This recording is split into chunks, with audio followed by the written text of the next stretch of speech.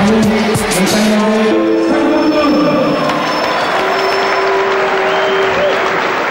le numéro 2, le Français champion du monde entier, Danny Bill. Danny Bill qui avait été impressionnant dans le premier volume de Kickboxing Anthology. On l'avait retrouvé face au Thaïlandais Nong Moon et on le retrouve une fois encore confronté à un Thaïlandais, Sak Mongkol, qui est considéré à l'heure actuelle comme le meilleur combattant thaïlandais. Et c'est vrai que Danny Bill, on l'oppose assez souvent aux combattants du Siam, parce que déjà il a une énorme réputation là-bas. Il est avec Ramon Dekers, un des combattants les plus respectés en Thaïlande. Et puis c'est vrai, il a besoin de se mesurer au meilleur. Il est champion du monde en titre et forcément les meilleurs combattants viennent le défier. C'est le cas aujourd'hui de Sak Mongkol qui a fait le déplacement jusqu'à Coubertin pour s'emparer de la ceinture des poids moyens. Ça prouve aussi l'essor de ce sport en France, parce qu'on est en 1997 et déjà maintenant les grands boxeurs thaïlandais n'hésitent pas à venir en France. Alors on sait que évidemment des Français sont allés en Thaïlande pour s'entraîner, apprendre et se mesurer, mais maintenant les organisations, en particulier celle de Sami Khepchi, donc on a là à l'image, eh bien, sont d'une telle valeur en France que les grands boxeurs thaïlandais font le voyage dans l'autre sens, et ça c'est une très très grande victoire pour la boxe pied-point française.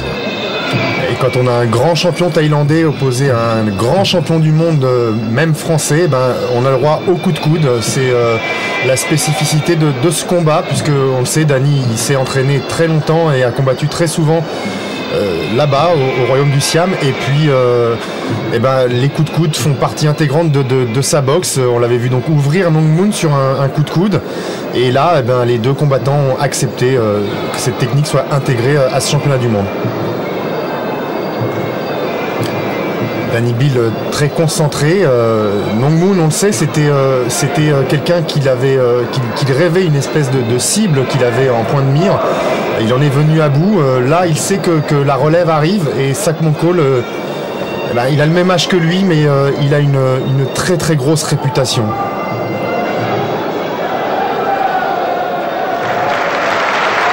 D'ailleurs, Dida, qui est présent dans la salle, l'a dit, Sak Mongkol, c'est un De La Hoya ou un Tyson de la boxe thaï. C'est-à-dire, si c'est un petit compromis des deux, c'est plutôt impressionnant. D'ailleurs, Nong Moon, il est dans le coin de Sak Mongkol, alors que Danny Bill, lui, dans son coin, il a Sami Khepchi, Khaled Ebieb et Hadj aussi, qui est une autre personnalité archi connue dans le monde de la boxe. Et puis les Thaïlandais, c'est un petit peu son lot quotidien, puisque jusqu'à maintenant, il représente 50% des adversaires de Danny Bill. Alors, est-ce qu'on va avoir un premier round d'observation comme il est d'usage en Thaïlande? Il semble pas.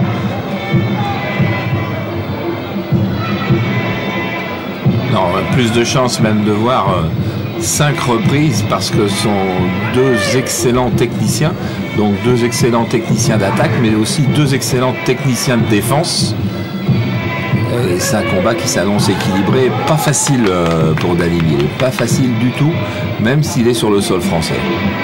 Et puis avec les coups de coude, c'est toujours une part de hasard qui entre en jeu, parce que à n'importe quel moment, une blessure peut survenir, et à ce moment-là, c'est l'arrêt du combat. Danny Bill qui cherche à se décontracter un peu en ce début de rencontre. Alors ses armes, on les connaît, c'est surtout un excellent coup d'œil, un sens inné du timing, et puis un panel technique vraiment des plus complets. Et en face, on n'a rien à apprendre à Sak Mongkol.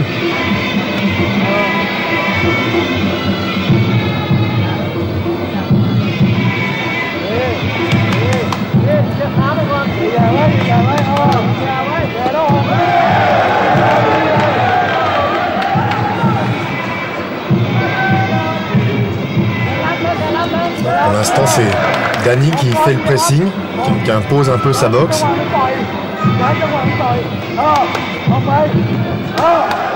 Et les répliques en middle kick de Sak Mongkol résonnent dans toute la salle.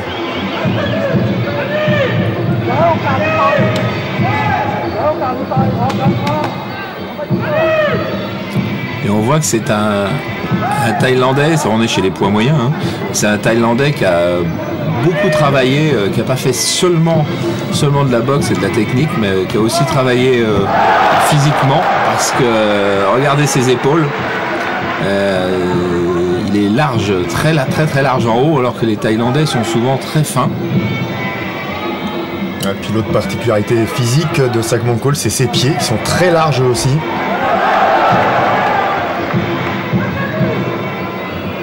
Pour l'instant, il n'inquiète pas vraiment Danny qui s'installe en patron. Et attention, il y a déjà eu un petit coup de coude qui a été esquissé.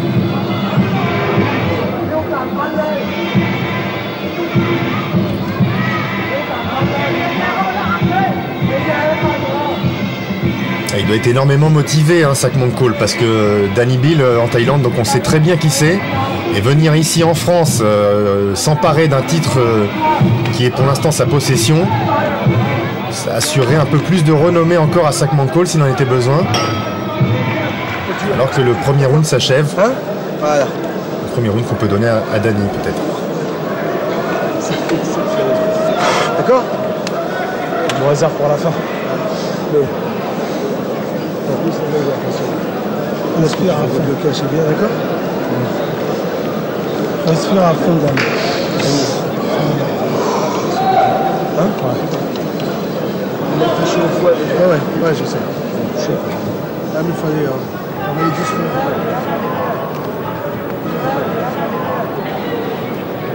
On a entendu murmurer à Sami Khedji qui se réservait pour la fin. C'est vrai que même s'il n'y a que 5 reprises de 3 minutes, dans ces affrontements de boxe thaï, c'est extrêmement violent, extrêmement épuisant. Et celui qui n'a plus de conditions physiques et plus de force, ne serait-ce que dans la dernière minute, eh bien, il peut être mis KO très vite.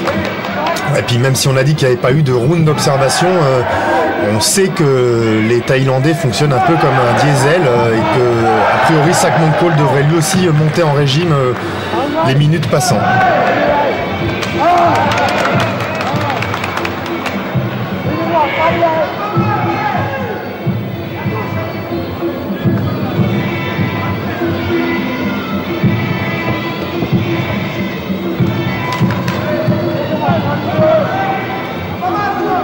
Allez, encore un coup de coude. Un deuxième coup de coude, là, les deux sont passés. Voilà, il en est content. En plus, le Thaïlandais, il a montré du regard après. Ah, quand c'est une technique que l'on a apprise depuis l'âge de 8, 9, 10 ans, qui est quelquefois l'âge où on commence la boxe thaï en thaïlandaise, on la possède beaucoup plus que les boxeurs français qui l'ont apprise très tard. D'abord parce que c'est pas souvent utilisé, et puis que dans les salles de boxe, dans les salles d'entraînement, on répugne un petit peu à les utiliser, ces coups de coude.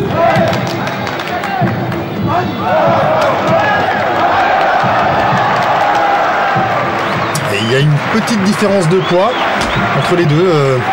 Une fois de plus, c'est Danny qui est Danny Bill, qui est un peu plus lourd que le Thaïlandais, 1,2 kg, mais toujours dans la limite de la catégorie.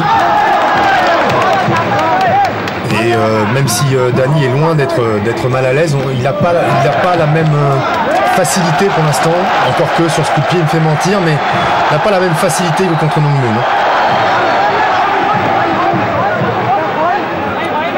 Il réussit quand même à aller chercher ses high kicks très haut.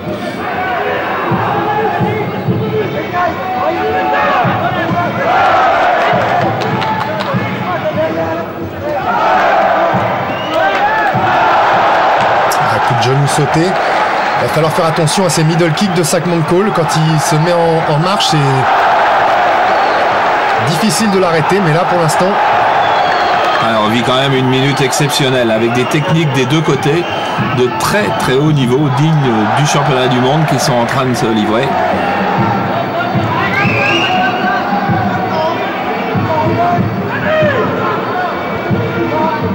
Et ça se voit que Danny Bill est allé se former en Thaïlande. Il a vraiment des attitudes, des postures. Ouais, et puis de la création dans ses actions offensives, je dirais. Très très difficile de deviner quel va être son coup. On voit, vas-y. Non, c'est bon. Dani, t'écoutes personne. Hein, ce que tu fais, c'est bien. D'accord? Hein? À fond. Voilà. Ok. Le spectacle en face, d'accord? On va faire un tir comme ça. Hein? Et le quatrième, on met la passion. D'accord, mon petit? Hein?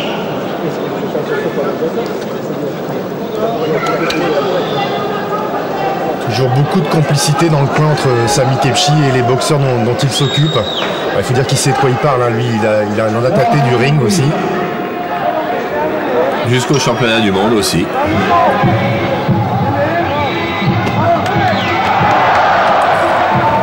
Troisième reprise, ça devrait maintenant nettement s'animer. C'est parti pour la distribution de middle kick et Dani l'a compris, le contre avec ses poings.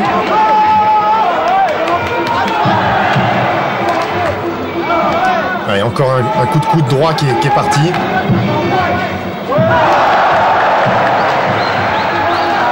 Ouais, bien anticipé de la part de Dani Bill. Ouais, c'est absolument superbe ce qu'ils font tous les deux. Hein. Ils inventent des coups, ils inventent des contres, ils inventent des répliques.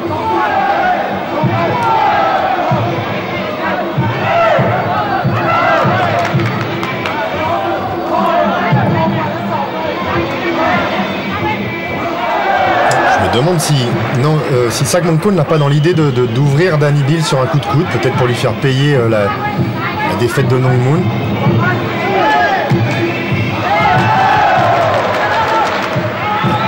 Dani qui se retrouve à terre sur une projection alors que c'était lui en début de combat qui les imposait.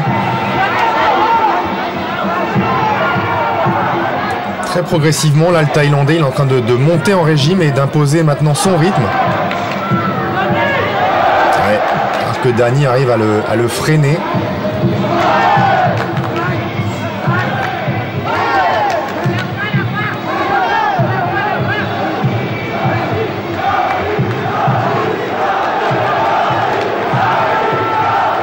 Et le public du stade de Coubertin a senti que Dani avait besoin d'encouragement parce qu'effectivement le Thaïlandais physiquement est en train de monter petit à petit de degré en degré. Ouais, il a enclenché la marche avant là, depuis le début de ce round. Il est imperturbable. Oui, puis techniquement il n'a pas grand chose à envier à Dani Bill. La preuve. Et ça c'est quelque chose qui ne doit pas trop apprécier Dani Bill parce qu'il a plutôt l'habitude lui de faire subir ce genre d'humiliation à ses adversaires. Il marque un peu plus son ascendant psychologique avec ses techniques de projection en général. Et puis là ça fait le troisième voyage au tapis pour Dani Bill. Et à la fin ça use mentalement, ça use physiquement aussi. Il faut se relever systématiquement, il faut reprendre le rythme du combat. Et en général, l'adversaire, il ne vous laisse pas vraiment le temps de vous réinstaller. Il le sait d'autant plus, Dani Bill, que lors de son combat précédent en Slovaquie, à Prague, il avait réussi à peu près une trentaine de projections contre Peter Clay, sa dernière victime.